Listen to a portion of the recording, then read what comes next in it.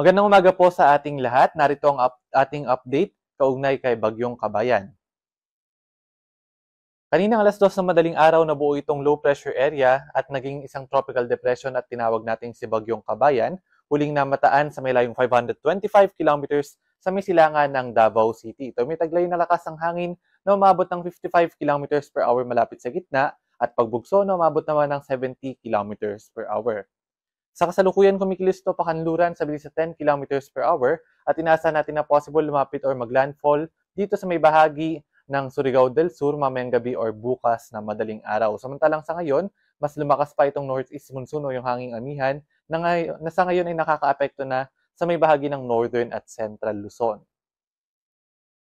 Kaugnay naman sa magiging track ni Bagyong Kabayan, huling inaasahan natin na possible nga maglandfall itong si Kabayan sa may bahagi ng Surigao del Sur or sa mga kalapit na mga probinsya mamayang gabi or bukas sa madaling araw. At inaasahan na possible itong tumawid dito sa may bahagi ng Mindanao or Visayas area at lalabas naman ng Sulusi or dito sa may kanluran ng Puerto Princesa City sa bukas yan or sa araw ng Lunes.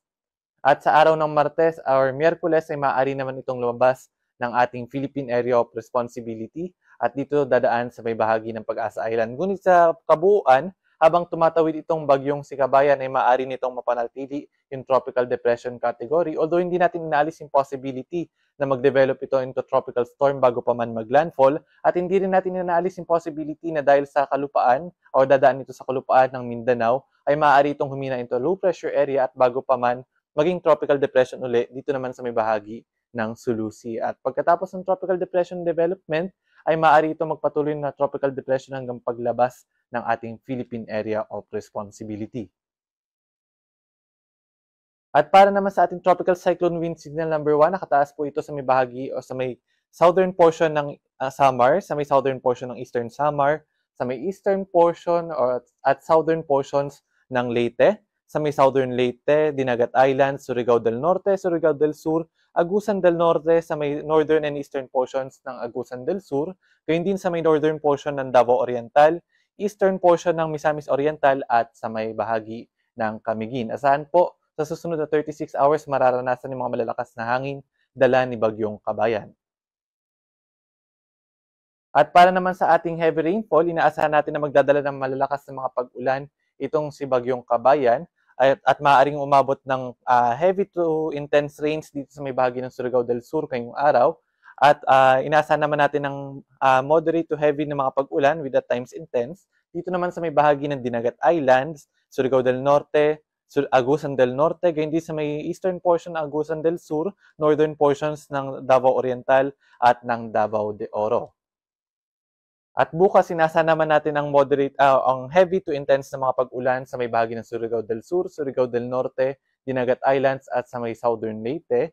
Gayun din, moderate to heavy with at times intense dito naman sa may southern portions ng eastern Samar at gayun din sa may eastern portion and southern portions ng Leyte, Bohol, Cebu, Negros Oriental, Siquijor, Camiguin at sa may Misamis Oriental.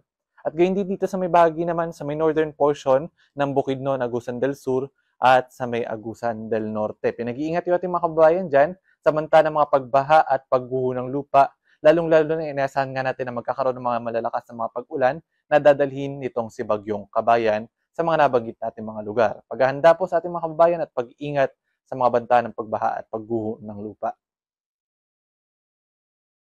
At para naman sa mga malalakas na hangin na mararanasan dulot ni Bagyong Kabayan, inaasahan natin na ngayon hanggang bukas. At dahil na rin sa pag-iral nitong northeast monsoon o yung hanging amihan sa may bahagi ng Luzon, naasahan din yung mga malalakas na hangin sa may Batanes, Bubuyan Islands, Ilocos Norte, Ilocos Sur, Aurora, Bataan, Bulacan, Rizal, Quezon, Lubang Islands, Marinduque, gayon din sa may Cuyo Islands, Bicol Region, Visayas, sa may northern and eastern portion ng mainland Cagayan, sa may eastern portions ng Isabela at Nueva Ecija at sa ilang bahagi pa ng Cordillera, gayon din sa may Zambales, Pampanga, Cavite at sa may Mindoro provinces.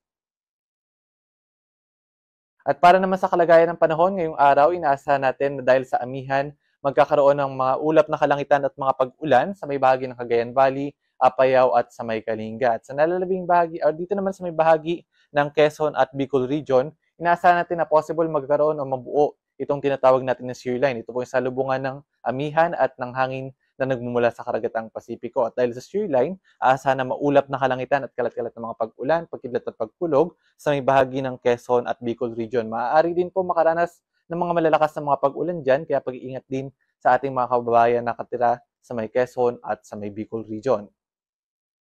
At sa nalalabing bahagi ng Luzon, mostly hanggang sa may bahagi ng Calabarzon, ay magkakaroon lamang na bahagyang maulap hanggang sa maulap na kalangitan at may hinang pag-ulan o pag-ambon, dulot pa rin ng hanging amihan. At dito naman sa may Mimaropa, ay possible naman magkaroon ng mga isolated rain showers and thunderstorms. At ang agwat ng temperatura sa Milawag nasa 23 to 31, sa Baguio City 16 to 23, Tuguegarao 23 to 29, Metro Manila 24 to 31, sa may Tagaytay 21 to 29, Legazpi 25 to 31, Puerto Princesa at Calayan Islands ay 25 to 32 degrees Celsius.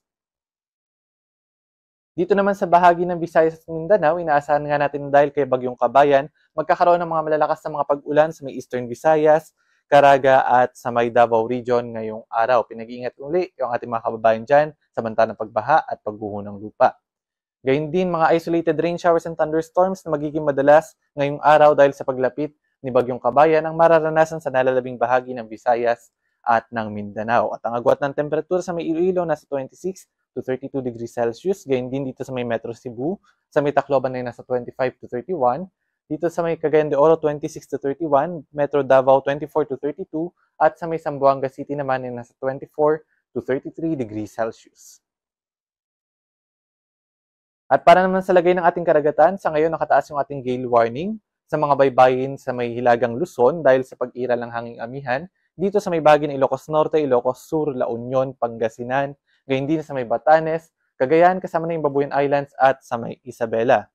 At dahil naman sa bagyong si Kabayan, nakataas yung ating gale warning sa mga baybayin sa silangan ng Visayas at Mindanao, partikular sa may Eastern Samar, Southern Leyte, Dinagat Island, Surigao del Norte, at sa may Surigao del Sur. Hanggat maaari, wag mo nang pumalaot sa mga nabanggit natin mga baybayin dahil sa malalakas na mga pag-alon, dulot ng hanging amihan sa may at ni Bagyong Kabayan dito naman sa may bahagi ng Visayas at ng Mindanao.